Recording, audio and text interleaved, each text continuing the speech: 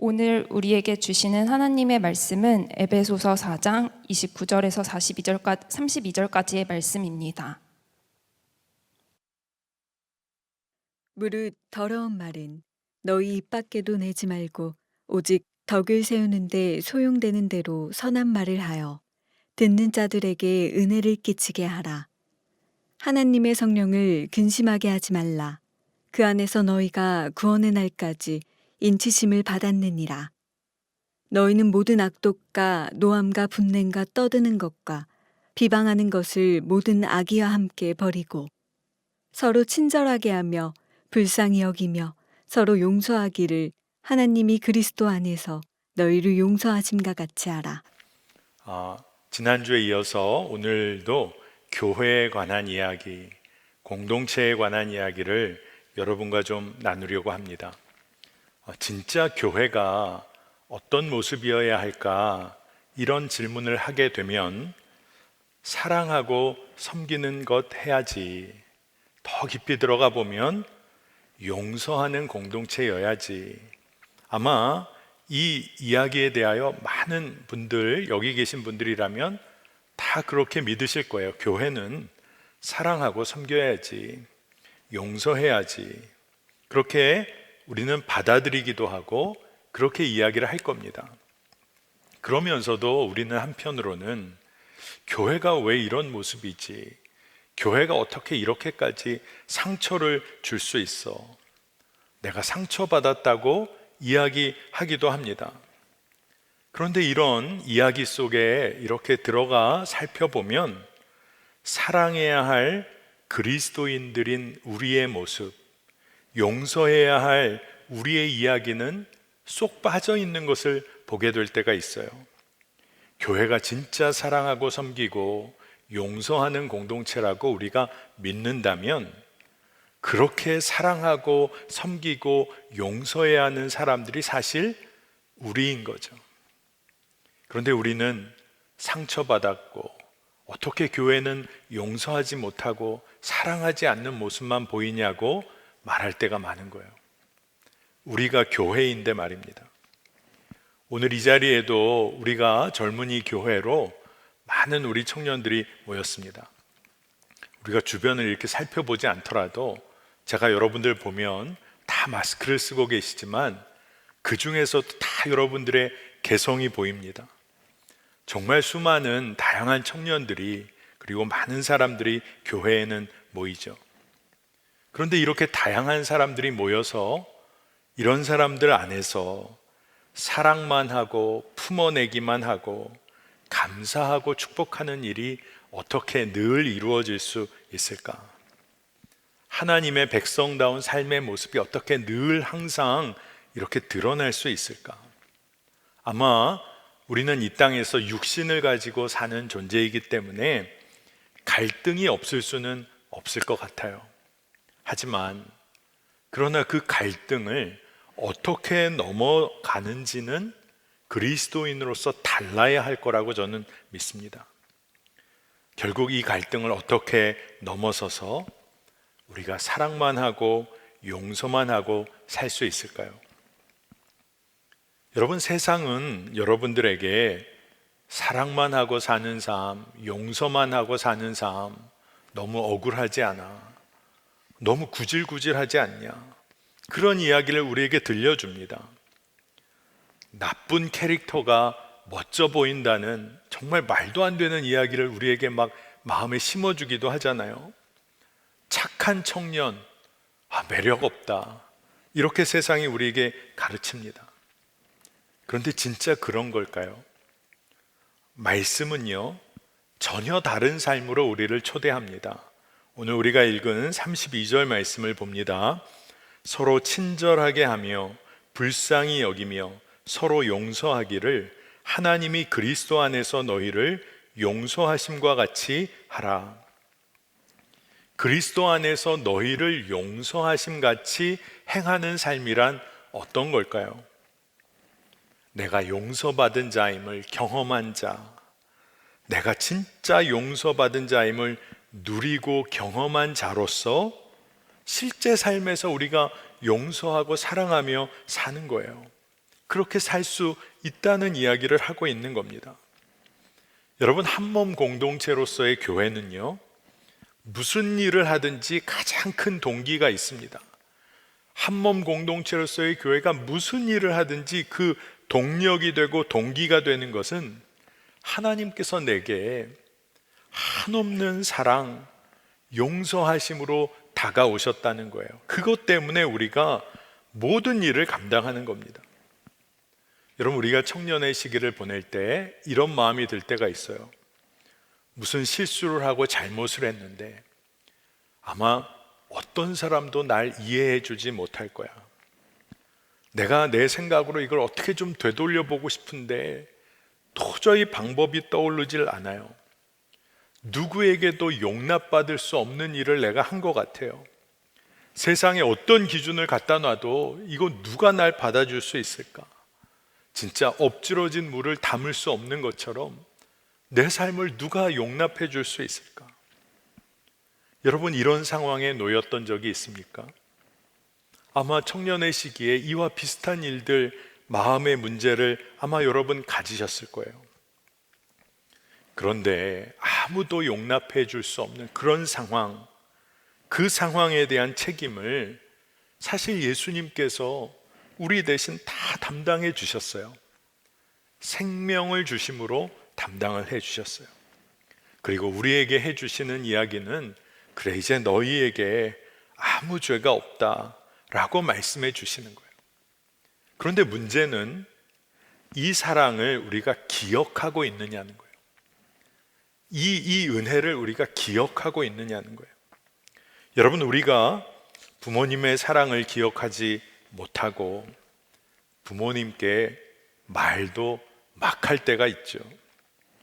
밖에서 속상하고 힘든 일 겪고 들어와서 왜 그렇게 어머니에게 퍼붓는지, 그런 일 여러분 하지 않았습니까? 그러다가도 어버이날 꽃도 준비하고 선물도 준비하기도 합니다. 진짜 이렇게 거리를 두고 보면 진짜 이거 말도 안 되는 일이죠. 그렇게 화를 내고 막말을 해대다가 또 어머니의 사랑에 반응하기도 하고, 왜 그렇게 우리 마음이 죽을 듯하고 이렇게 서로 다른 모습을 드러내며 살게 되는 걸까요? 여러분, 우리가 부모님의 사랑을 진짜 늘 기억하는지에 따라 달라요. 그 사랑을 진짜 기억하고 누리는 사람은 삶의 방향성이 달라집니다. 여러분, 철이 든 자녀들의 그 자녀들이 사는 삶이 달라요. 여러분, 예수님께서 나를 위해 생명의 대가를 치르셨다. 그리고 나를 의롭다고 인정해 주셨다. 그 용서를 경험한 나의 삶은요, 서로 용서하는 삶으로 나아가게 돼요. 왜냐하면 영적인 이제 철이 들기 시작했기 때문에 그래요. 여러분, 오늘 우리가 교회로 모였습니다. 우리는 이곳에 용서받은 죄인들로 모인 거예요. 용서받은 죄인들이 모인 공동체가 교회예요. 그러니까 교회에서는 그 용서의 샘이 마르지 않는 그 관계를 끊임없이 경험할 수 있는 곳이어야 해요. 저는 이 용서에 관한 주제를 이렇게 청년들과 나눌 때 늘 마음에 생각하게 되는 게 있어요. 용서라는 것은 하나님만이 하실 수 있는 일 아니겠어요? 용서라는 것은 하나님만이 하실 수 있는 그런 능력이고, 하나님의 성품 때문에 하나님만이 하실 수 있는 그런 특권이죠. 죄인인 우리가 어떻게 누구를 용서할 수 있겠어요? 그런데 진짜 놀라운 사실은 하나님께서 우리로 하여금 하나님의 그 한없는 용서를 누리도록 해주시고, 그리고 우리에게 이제 네가 용서하는 삶을 살라, 이렇게 사명을 주셨다는 거예요. 사명이라기보다 정확히 말하면 그리스도인들이 우리가 이 땅을 살아가는 삶의 방식으로 용서하는 삶을 주셨어요. 예수님이 비유로 말씀하셨잖아요.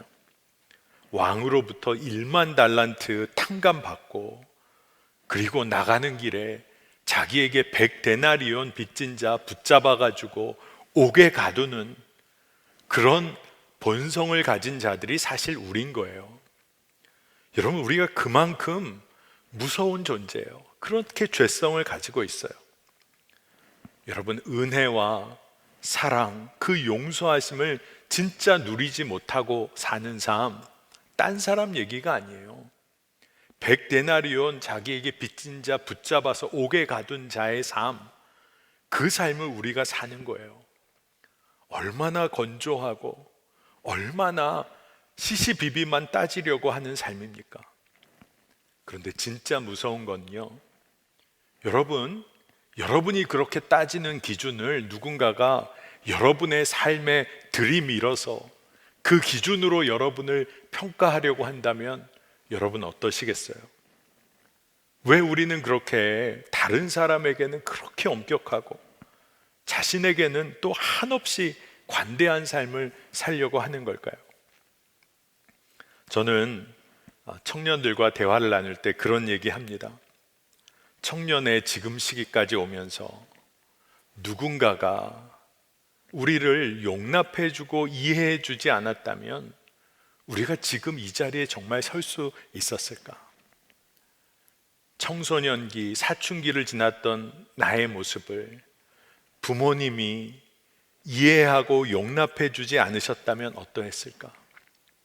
친구들이 나를 이해해주고 품어준 일이 없었다면 어떨까? 직장 상사가 참 힘들고 어려운 분이지만 날 그래도 한 번이라도 이해해주지 않았다고 한다면 내가 진짜 지금 이 자리에 있을 수 있을까? 여러분, 우리는요, 지금까지 이 자리에 살고 있는 지금 이 순간 수없이 이해받고 용납받으며 살아온 거예요, 사실. 여러분, 누군가가 여러분에게 잣대와 기준으로만 여러분의 삶을 몰아쳤다면 지금 이 자리에 서 있을 사람이 누가 있을까요? 누군가의 용서와 사랑, 내가 의식했든 의식하지 못했던 그것 때문에 이 자리에 지금 서 있는 거예요. 그런데도 여전히 우리 마음에 이런 질문이 들어요. 여전히 죄인인 우리가 어떻게 용서만 하면서 사랑만 하면서 살 수 있을까? 여러분, 우리는 여전히 연약한 한 사람 개인입니다. 교회도요, 이 역사와 사회 가운데 있는 우리 교회도 아주 유한한 하나의 제도일 수 있어요. 그런데 우리가 그렇게 연약하고 유한하기 때문에 매일매일 하나님의 은혜와 사랑을 누려야 되는 거예요. 지금 이 순간 오늘 부어주시는 하나님의 은혜를 누림으로써, 오늘 이 시간에 은혜와 용서하심을 누림으로써 우리가 용서하는 삶을 살 수 있는 거예요. 여러분, 누군가에게는 용서할 수 있는 능력이 있어서 용서하는 걸까요? 결코 그렇지 않아요. 용서는 능력이라고 말하기는 좀 어색해요. 여러분, 용서할 수 있는 능력이 필요한 게 아니라 사랑과 은혜를 기억하고 누릴 수 있어야 하는 거예요. 여러분이 지금 마음에 누군가를 품어내고 용서하기가 너무 어렵다. 여러분이 은혜를 못 누리고 있는 것일지 몰라요. 여러분이 용서할 수 없는 마음 너무나 힘들다. 하나님의 그 놀라우신 은혜에서 멀어지고 있는지 모르겠어요. 여러분, 용서하고 사랑만 하며 살 수 있는 방법이 뭘까요? 우리의 작디 작은 그릇, 우리의 마음을 그릇으로 표현한다면 여러분 얼마나 크기로 표현하고 싶으세요? 아무리 크게 표현하고 싶어도 정말 하나님 앞에서 그 작은 그릇 위에 하나님의 임재하심이, 예수 그리스도의 풍성하신 은혜와 사랑이 부어져서 흘러 넘치게 될 때 우리가 용서할 수 있는 거예요. 우리는 진정 용서할 수 있을까? 진짜 사랑만 하며 살 수 있을까? 많은 경우에 세상의 사람들, 그리고 우리를 포함해서도요, 대부분의 사람들은 관계에서 내 잘못 아니고 너의 잘못 아니야, 이렇게 말하면서 그것을 증명하며 살고 싶어 해요. 용서한다고 해도요, 너 잘못했었던 거야 라고 강조합니다. 말은 용서한다고 하는 거죠. 근데 진짜 진정한 용서는 뭘까요?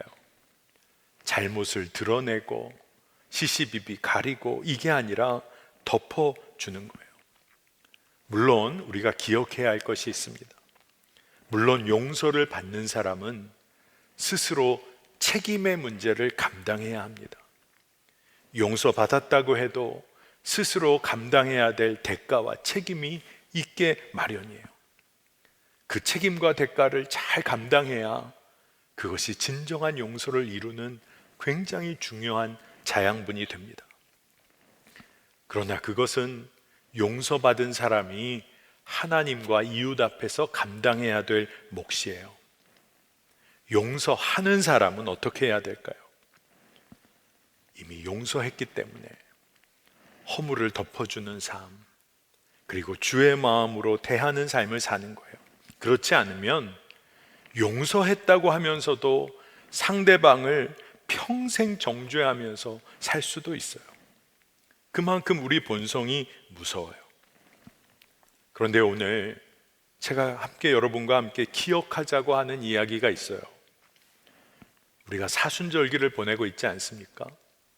예수님께서 죄 없으신 분이 우리의 죄를 담당하셨어요. 무기력할 정도로 죽음의 십자가를 받아들이셨어요. 아무 변명 안 하셨어요. 사실 죄 때문인데 이런 얘기 안 하셨어요. 그대로 다 받으셨어요. 죄와 악의 폭력의 악순환을 다 끊어버리셨어요. 여러분, 예수님께서 그리고 여러분들에게 부탁하시는 이야기가 서로 사랑하고 용서하라는 거예요. 여러분, 세상 사람들은요, 어떻게 살아가고 있습니까? 용서만 하고 사는 삶, 세상 사람들 싫죠. 그러니까 다른 사람들과 이렇게 알맞게 거리 두고 삽니다. 여러분도 직장에서, 학교에서 귀찮은 일 안 당하려고 알맞게 거리 두면서 사람 만난 적 있으세요? 그럴수록 누군가의 삶에 관여 안 하려고 하잖아요.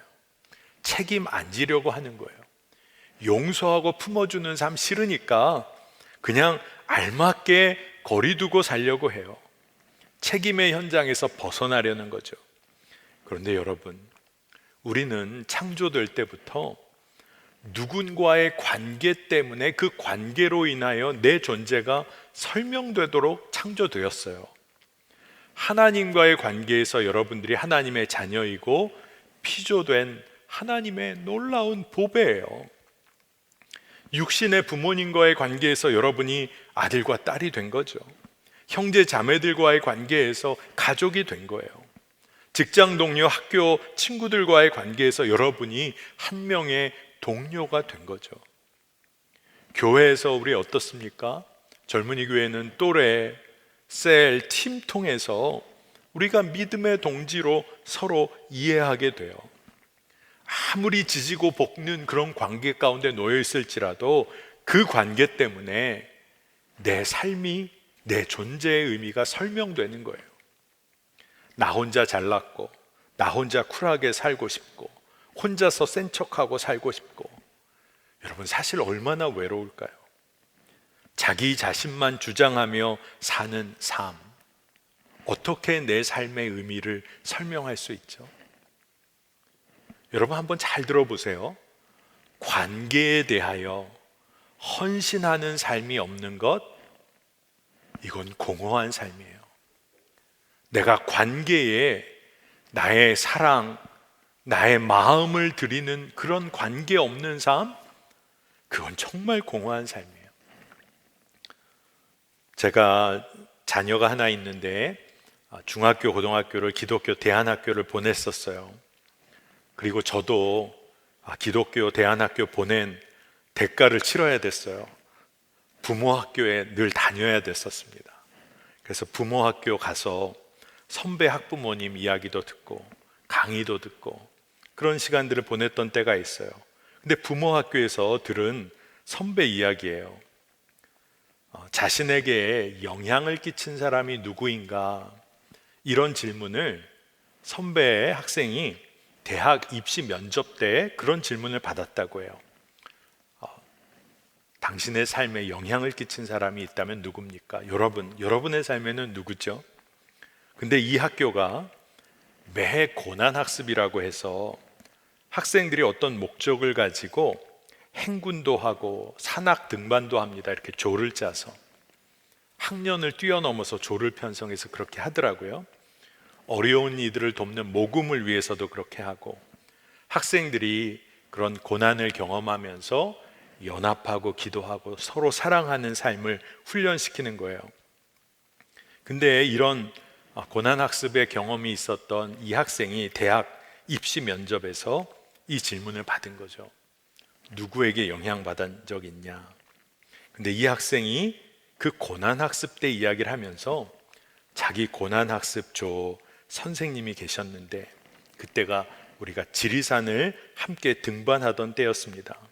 근데 이 선생님이 학생들과 이렇게 지리산을 선생님과 함께 이렇게 올라갔는데, 그 조 선생님이 이렇게 올라가다 보니까 조 학생들이 아침에 물 한 병씩을 꼭 가지고 오라고 이야기를 했는데, 아이들이 막 마음이 막 이렇게 분주하고 막 기대가 되고 들떠서 아무도 물을 안 챙기고 한 중반 이상을 올라왔다는 것을 선생님이 알게 되셨다는 거예요. 그래서 학생들은 거기서부터 알맞은 지점 어디에 좀 기다리라고 하고 이 선생님이 혼자서 내려가셨다는 거예요. 여러분, 지리산 등반 해보신 분, 높은 산을 올라가 보신 분은 아실 거예요. 조금이라도 짐을 줄여서 가려고 합니다. 칫솔 하나도 이렇게 부러뜨려서 넣기도 하고요. 꼭 필요한 것만 가지고 올라가려고 하죠.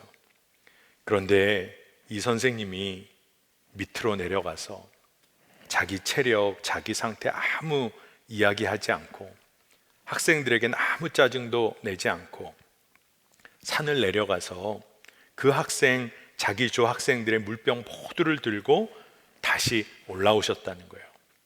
근데 그 선생님이 아이들에게 화를 내거나 너희들 어떻게 이럴 수 있냐, 그게 아니라 그냥 물을 가져와서 다 나눠주셨다는 거예요. 책임을 져주고 품어줬던 선생님에 대해서 이 아이의 마음에 그냥 그 선생님의 모습이 마음에 새겨졌던 거예요. 그래서 저는 그 선생님처럼 사는 삶에 한번 도전해보고 싶습니다. 이게 이 아이가 대학 입시 면접에서 했던 이야기래요. 아마 대학 입시 면접에서 잘 어울리는 이야기인지는 모르겠어요. 여러분, 누군가의 마음에 그 사람의 마음을 흔들어 놓을 변화를 일으키는 건요, 어떤 놀라운 어떤 사회적인 능력이 아니더라고요. 한 사람 한 사람을 품고 사랑하고 이유 없이 사랑해 주는 거예요. 아무 이유 없이 받아주는 거고요.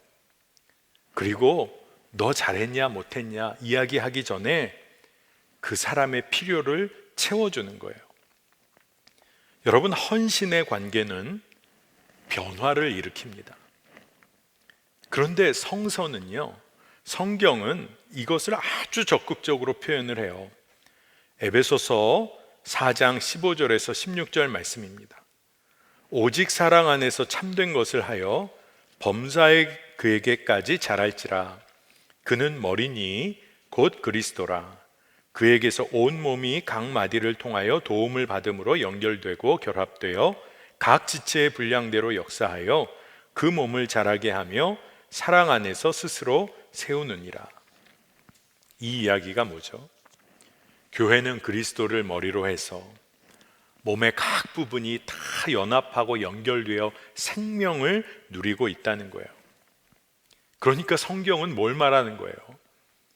교회로 모인 공동체에서 어떤 한 지체도 포기될 수 없다는 거예요. 단 한 명의 사람도 뒤에 처질 수 없다는 거예요.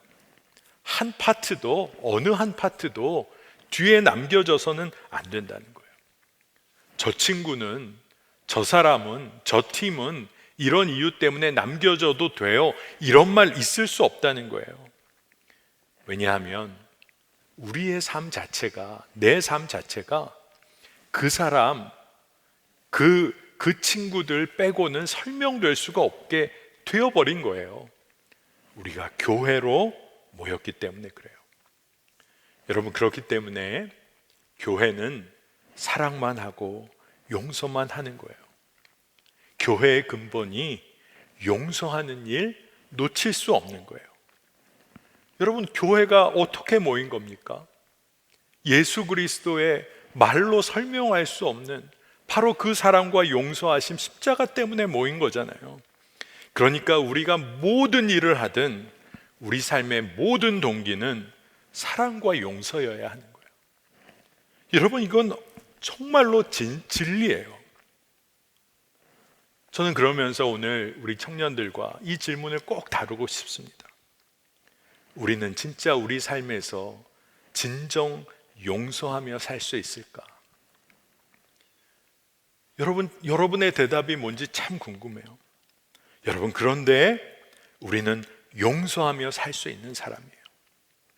정말 우리가 주님의 용서하심을 누리고 믿는다면, 그리고 우리가 정말 사랑한다면 우리는 이렇게 고백하면서 용서하는 삶에 도전할 수 있어요.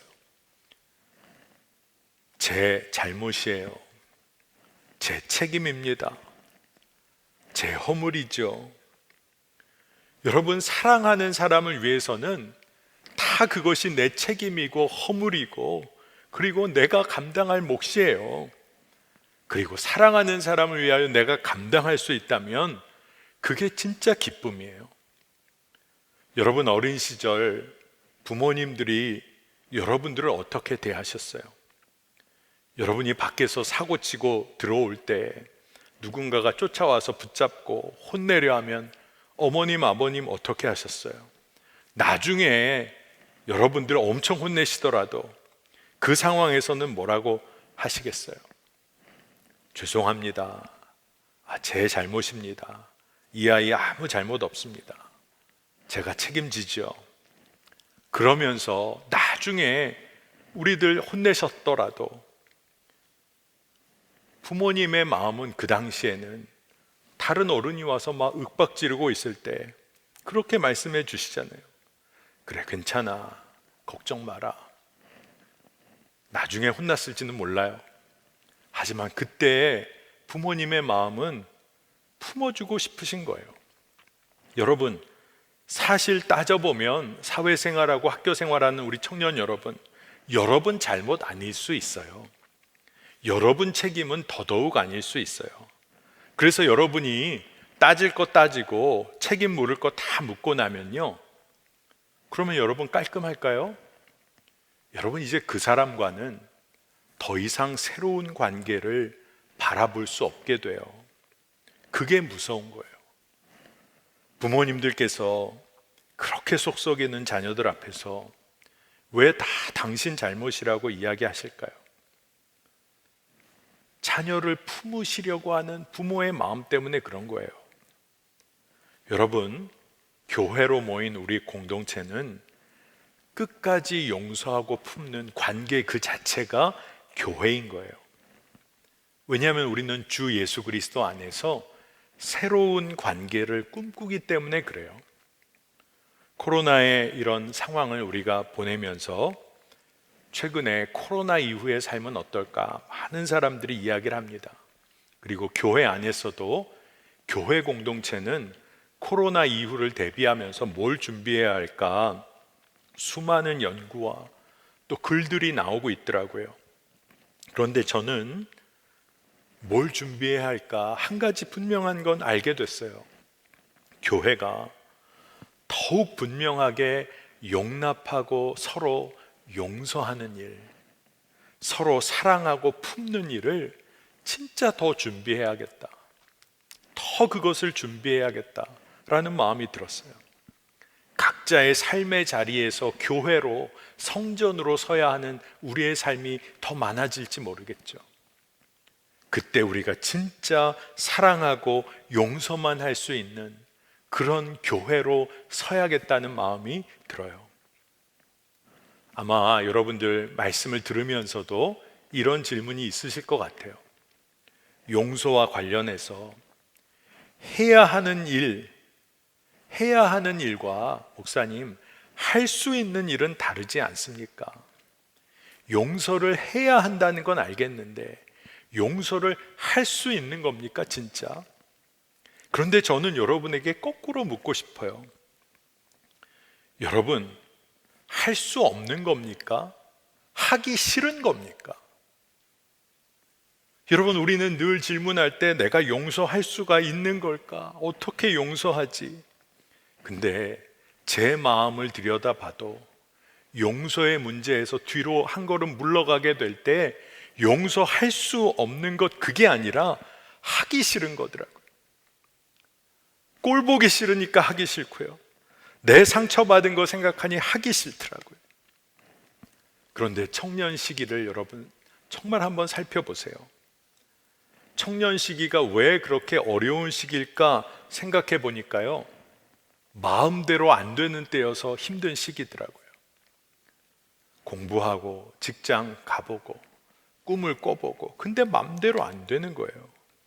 그러니까 청년 시기의 특징을 하나만 꼽으라고 하면 마음대로 안 되는 시기, 그렇게 말해도 정의가 될 것 같아요. 근데 저도 이렇게 살아보니까 마음대로 안 되는 일 때문에 훈련을 받게 되더라고요. 마음대로 안 되는 일을 경험하면서 그 일을 통과하다 보니까 그때 하나님을 더 알게 되더라고요. 여러분 인생에 마음대로 되는 일이 많았습니까? 안 되는 일이 많았습니까? 마음대로 안 되는 일이 더 많으셨을 거예요. 근데 하나님께서 우리의 삶을 이끌어 가시는 방법 중에 대부분은 내 마음대로 안 되는 일을 통해서 우리의 삶을 이끌어 가실 때가 너무 많더라고요. 그러면 목사님 어떻게 살라는 겁니까? 그러니까 주님의 인도하심에 여러분의 눈을 열어야 되는 거예요. 내 마음대로 사는 삶 아니라 하나님의 뜻대로, 그리고 그 하나님의 마음에 내 마음을 조율하는 거예요. 여러분, 하기 싫을 때가 있을 수 있어요. 그런데 용서는 어떻게 할 수 있는가? 여러분 한번 여러분의 실제적인 삶의 경험을 되돌아보세요. 용서는 마음을 먹고 정하는 것부터 시작하는 거예요. 용서하기로 여러분이 마음을 먹어야 되는 거예요. 용서하고 감사하면 내 마음이 달라져요. 삶의 태도가 달라지기 시작해요. 지난 주중에 제가 아침에 새벽 예배 끝나고 집에 갔다가 아침에 사무실로 이렇게 출근을 합니다. 걸어서 이렇게 출근을 해요. 미세먼지가 많기도 좀 했던 날이지만 어느 날 좀 화창한 아침이라 이렇게 상쾌하게 걸어가고 있는데 앞에 어떤 중년 이상의 어떤 분이 이렇게 앞에서 걸어가시더라고요. 거리가 어느 정도 있었지만 그 길 쭉 이어진 길이 참 이렇게 아름답게 느껴졌는데 이분이 제 마음을 확 파괴시키더라고요. 아주 슬며시 휴지를 옆으로 탁 버리고 앞으로 쭉 걸어 나가시는데 제 마음이 확 상해버렸어요. 그리고 사실 가면서 그 휴지를 제가 주워야도 되겠지만 이렇게 뒤에서 본 정황상 코를 푸신 거지 뭘 뱉으셨는지 하여간 옆으로 확 버리고 가는데 제 마음이 너무 안 좋더라고요. 그러면서 어떻게 할 수 없고 그냥 가는 길이라 그분을 계속 쫓아갈 수밖에 없었어요. 그 길이 이렇게 갈라지는 데서 그분이 옆으로 이렇게 가시는 바람에 그분 옆모습을 이렇게 보게 되는데 턱스크를 하고 계시더라고요.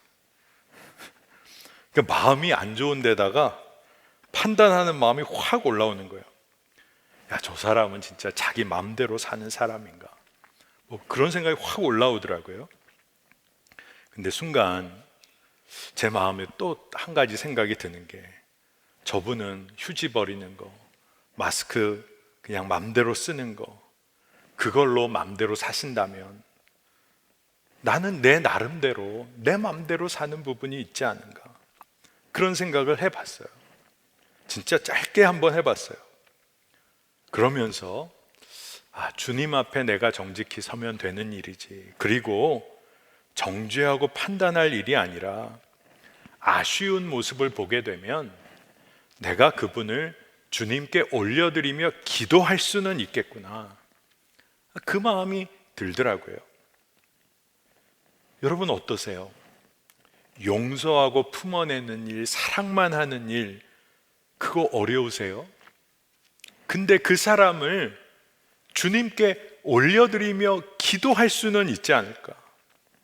거기서부터 시작할 수 있지 않을까? 그런 마음이 들더라고요. 참 구체적으로 우리가 깨어서 기도해야 할 문제라는 생각이 들었어요. 저는 오늘 여러분 청년들에게 주님 말씀 앞에 한번 정직하게 한번 반응해 보기를 원하는 마음으로 두 가지 영적인 제언을 한번 드리려고 해요. 여러분, 하나님의 말씀에 한번 정직하게 먼저 반응해 봤으면 좋겠는데, 오늘 30절 말씀입니다. 하나님의 성령을 근심하게 하지 말라. 그 안에서 너희가 구원의 날까지 인치심을 받았느니라. 아멘입니다. 여러분 마음에 용서하기가 싫고 용서하지 못할 마음에 여러분의 마음이 사로잡혀 있다면 여러분 안에 거하시는 성령의 근심에 여러분 한번 민감하게 반응해 보시기를 바랍니다. 세상의 영은 우리를 언제나 참소해요. 성령의 근심을 느끼게 될 때 세상의 영은 그래, 너 그 정도 수준이잖아, 너 그것밖에 원래 안 되잖아. 근데 여러분, 우리가 용서하지 못하는 우리의 모습 때문에 성령의 근심을 느낀다는 건요, 영적으로 건강하다는 증거예요. 문제는 그 성령의 근심을 느꼈다면 그 다음에 어떻게 반응할까가 중요한 거예요. 여전히 난 용서할 수 없는 사람이야, 그냥 무기력에 빠질 건지, 아니면 다시 한번 믿음으로 도전하고 용서하고 사랑하기로 마음을 작정할 건지. 여러분, 하나님의 용서하심을 우리가 믿으면 그 믿음 때문에 용서하기로 작정하는 거예요. 여러분, 성령의 근심에 한번 민감하게 반응해 보시기를 바랍니다.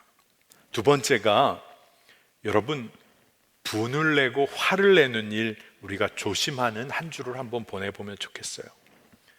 여러분, 정말 의로운 분노라고 해도요, 하나님으로부터 온 의로운 분노가 아니면 결국 사랑하고 품지 못하게 될 때가 많아요. 하나님으로부터 온 의로운 분노라면 결국 사랑하게 돼요. 근데 우리는 화내다가 사랑하는 자리까지 이르지 못할 때가 많죠. 자기 만족, 자기 주장, 자기의 주장하다 보니까 안 되는 거예요. 근데 오늘 에베소서 4장 26절에서 27절 말씀, 지난주부터 이번 주까지 쭉 이어가는 말씀의 흐름 가운데 에베소서 4장 26, 27절은 이렇게 말합니다. 분을 내어도 죄를 짓지 말며 해가 지도록 분을 품지 말고 마귀에게 틈을 주지 말라.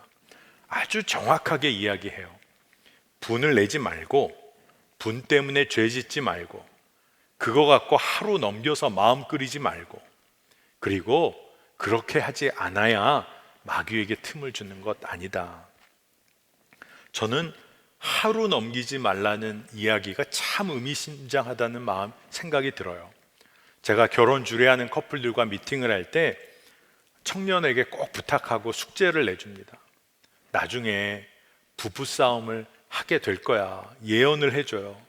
어떤 날 신랑 될 친구에게 어떤 날 이런 날이 올 거야, 예언을 해줄게. 잘 사랑하고 이해하고 살다가도 마음이 이렇게 삐지기 시작하면 이런 날이 올 건데, 내가 오늘만큼은 도저히 내가 뭘 잘못했는지 모르겠어, 이런 마음이 틈타오는 날이 분명히 있을 거야. 근데 그런 날 정말로 마음 닫고 하루 넘기지 말고 하나님 앞에 홀로 기도하는 시간을 갖고 밤을 넘기기 전에, 그 다음날 되기 전에 꼭 아내에게 뭐 말로 어떻게 풀 수 없으니 같이 기도하자는 말은 할 수 있잖아. 같이 기도하자는 말은 꼭 건네라고 권면을 합니다. 또 자매에게도 그런 날은 대부분 자매의 마음도 만만치 않은 날이니까 그렇게 기도하자는 말이 너무 얄밉게 들릴 수 있으니까 그래도 지혜롭게 받아서 기도는 할 수 있으니까 기도하고 나면 둘 사이의 관계에 대한 이야기의 분위기가 달라질 거라고 이야기해줘요. 여러분, 하루 넘기지 않는다는 말, 이거 참 중요한 겁니다. 왜 그럴까요? 제가 말씀을 묵상할 때 이런 마음이 들더라고요. 여러분의 삶이 언제 끝날지 몰라요. 이 땅에서의 삶이 언제 끝날지 몰라요. 아무도 장담 못합니다.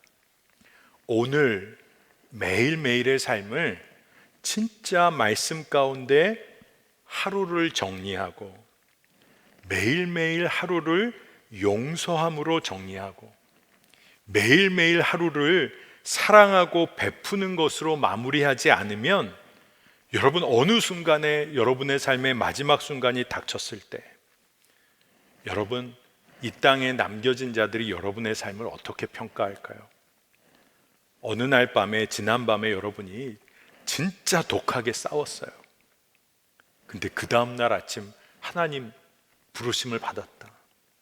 여러분이 입안에 온갖 욕설, 마음의 분노, 그리고 미워하고 판단하는 마음 온갖 가진 채로 주님 앞에 서게 된다면 여러분, 그게 얼마나 무서운 일이에요.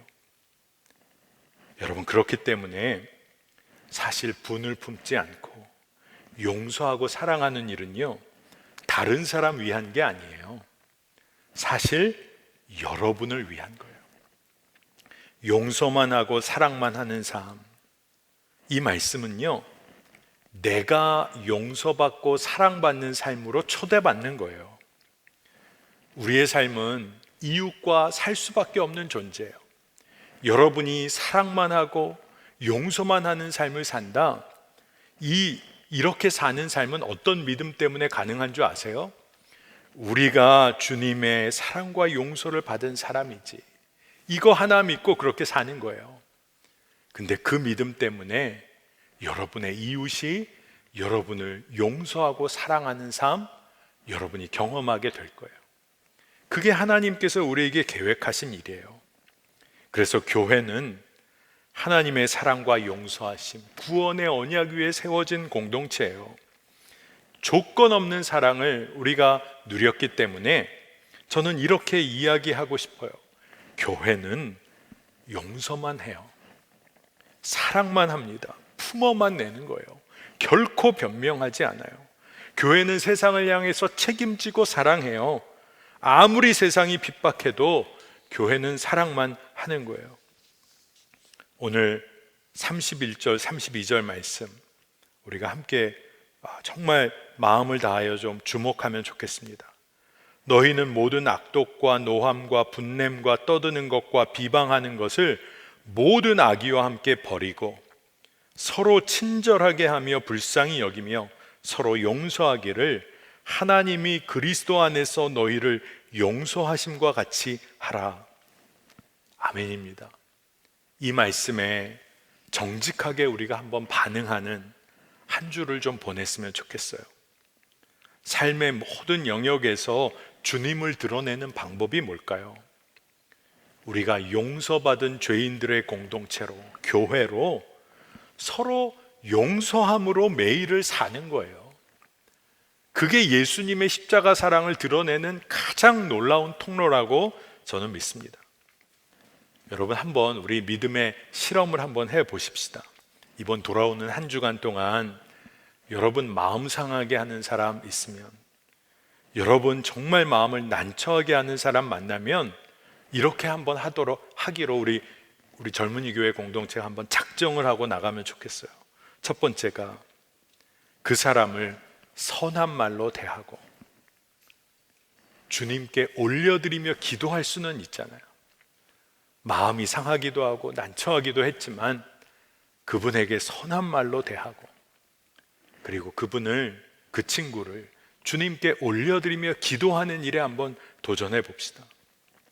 두 번째로, 그 정도가 아니라 마음에 분노가 치밀어 오르고 화가 치밀어 오를 때, 그때 성령님의 근심하심에 한번 반응해 보세요. 성령님의 마음을 한번 구해 보세요. 화내기 전에 성령님의 이름을 한 번만이라도 불러보세요. 성령님의 근심하심에 한번 정직하게 반응해 보면 좋겠어요. 그리고 세 번째로, 이렇게 첫 번째, 두 번째 여러분에게 말씀드린 대로 한번 살아보려고 했는데 다 망했어요. 근데 그날 저녁 밤에 여러분 하루의 삶을 마무리할 때, 그때 하나님의 용서하심과 사랑을 믿는 믿음으로 여러분 감사로 한번 결론을 내보세요. 그리고 한 주의 삶을 살아가 보는 겁니다. 여러분, 우리는 진정 용서하며 살 수 있을까? 아멘입니다. 우리가 십자가의 은혜를 누린 사람인데 서로 용서만 하는 삶을 통해서 이제 우리가 십자가를 증거하는 자로 서게 되기를 축복합니다. 증거하는 자는 이미 그 은혜를 누리는 자예요. 여러분, 무엇을 먼저 하든 진짜 영적인 지혜를 가져야 합니다. 용서하기로 믿음으로 작정해 보세요. 그리고 우리가 그런 공동체의 삶을 이곳에서 누리고 또 이 삶을 통해 주님 증거하게 되기를 축복합니다. 자, 오늘 말씀 붙잡고 먼저 좀 기도하겠습니다. 사실 오늘 설교의 주제, 말씀의 주제가 무겁기도 하게 느껴져요. 그런데 용서는 능력으로 하는 게 아니라 은혜를 누림으로 하는 거예요. 그게 깨달아지니까 기대가 되더라고요. 우리가 이렇게 기도하면 좋겠습니다. 사랑만 하고 용서만 하는 삶, 세상은 구질구질하고 비참하고 억울한 삶이라고 우리를 가르치려고 하는데 우리가 이렇게 선포해야겠습니다. 하나님, 제가 용서받은 죄인으로 누리는 은혜가 너무나 큽니다. 주님, 그 은혜가 감격이고 기쁨이고 능력입니다. 그래서 주님, 저희 공동체가 매일 구체적으로 용서하고 사랑하는 그런 삶 살게 하여 주옵소서.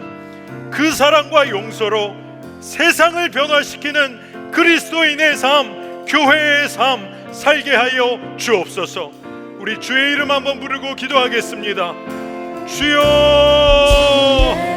하나님, 주님, 오늘 우리가 진정 용서하는 공동체인가 질문하게 될 때 하나님, 우리가 정말로 하나님의 은혜를 누리는 자, 십자가의 은혜 가운데 놓여 있는 자임을 주 앞에 고백합니다. 하나님, 세상의 은혜를 듣는 것이 아니라 우리가 주의 은혜를 누리는 그 믿음으로 우리가 사랑만 하고 용서만 하는 삶에 도전하게 되기를 원합니다. 하나님, 우리가 어떻게 주님을 증거할까? 서로 용서하며 누리는 기쁨이 있게 하여 주소서. 서로 사랑만 하는 삶으로 인하여 우리의 삶에 주여 생기가 급증하게 하여 원합니다. 하나님, 우리가 우리가 너무나 공감하는 회전이 하여 주소서. 우리의 마음에 상처와 아픔을 주님 정도로 사랑과 용서하시고 주님 위로하여 주시고 우리가 주님의 길을 가서 주의 사랑을 누려보는 시간이 공동체를 위하여 주옵소서. 세상 사랑만 하는 공동체를 위하여 주옵소서. 우리의 가정을 구원하고 우리의 하나님의 구정이 되자는 놀라운 역사의 경험이 되어 주시기를 원합니다. 우리는 진정 용서하자. 하나님 아버지, 하나님 우리가 너무나 주의 십자가의 은혜 주여 정말로 우리의 삶을 가운데 주여 주님으로 공개하여 주소서. 우리의 공동체를 통하여 세상에 그 삶을 증거하게 하여 주옵소서. 하나님, 은혜를 감사드립니다. 우리는 진정 용서하며 살 수 있는 자, 그러한 공동체, 교회입니까? 주님, 아멘입니다. 오늘 우리의 심령에 십자가의 은혜를 분명히 경험하고 누리고 기억하게 하여 주셔서 오로지 용서하고 품어내는 삶, 서로 품고 사랑하는 삶을 통하여 주님을 드러내기를 원합니다. 세상은 어리석다고 손가락질할 때 우리는 그저 사랑하는 자로 서게 되기를 원합니다. 용서하는 사람이 세상을 바꾸어낼 줄 믿습니다. 사랑만 하는 교회가 세상을 완전히 뒤집어 놓을 줄을 믿습니다. 우리가 청년의 시기부터 세상을 거스르는 삶을 담대히 살아가게 하여 주시고, 우리가 용서받은 죄인들의 공동체, 우리 교회가 깨어서 주님 이 일 온전히 감당하기를 원합니다. 우리의 마음을 상처 주고 아프게 하는 사람을 위하여 기도하는 공동체로 서기를 원하고, 성령님의 마음에 반응하며 사는 공동체가 되기를 원합니다. 오늘도 우리의 삶에 무너진 부분이 있을 때 아멘 감사로 결론 짓는 자 되기를 원하는데, 성령 하나님 도우소서. 이것이 우리의 기쁨이 되게 하여 주시고 삶의 능력이 되게 하여 주옵소서. 오늘 우리가 주님의 은혜, 말할 수 없는 사랑 때문에 구별하여 우리의 것을 예물로 올려드린 많은 청년들, 성도들이 있습니다. 하나님, 그들의 삶을 축복하셔서 평생 주의 은혜의 통로가 되게 하여 주옵소서. 드릴 것 없지만 마음을 드리고 삶을 올려드린 우리의 청년들의 삶에 주여 저들의 길을 열어주셔서 마음껏 나누고 베풀 수 있는 재정적인 삶도 주님 허락하여 주시고, 무엇보다 저들의 삶에 사랑과 용서가 흘러가는 축복이 있게 하여 주옵소서. 정말로 코로나 상황 가운데 말할 수 없이 어려운 선교지의 소식을 듣습니다. 하나님, 선교사님들 그 가정들을 붙잡아 주시고, 현지의 동역자들 주님 눈동자와 같이 보호하여 주시고, 그곳에 예배자들 위에 주님 성령 하나님 임하셔서 선교지 열방 곳곳마다 하나님을 예배하는 삶이 더욱 일어나게 하여 주옵소서. 남과 북과의 관계 가운데 막힘이 있습니다. 하나님, 한국교회가 깨어 기도하게 하셔서 하나님이 다스리시는 나라 되게 하여 주시고, 하나님이 다스리시는 통일이 되게 하여 주옵소서. 오늘 온라인 오프라인으로 함께 드리는 예배 가운데 우리가 성령 안에 하나됨을 잃지 않게 하셔서 우리 안에 큰 기쁨이 있는, 감사로 결론 짓는 예배가 주님 되게 하여 주옵소서. 감사드리고 예수 그리스도의 이름으로 간절히 기도합니다. 아멘. 우리 이 시간에 다 함께 일어나셔서 주님의 보혈, 주의 보혈을 우리가 기억하면서 우리의 삶을 주님께 올려드리며 함께 찬양하시겠습니다.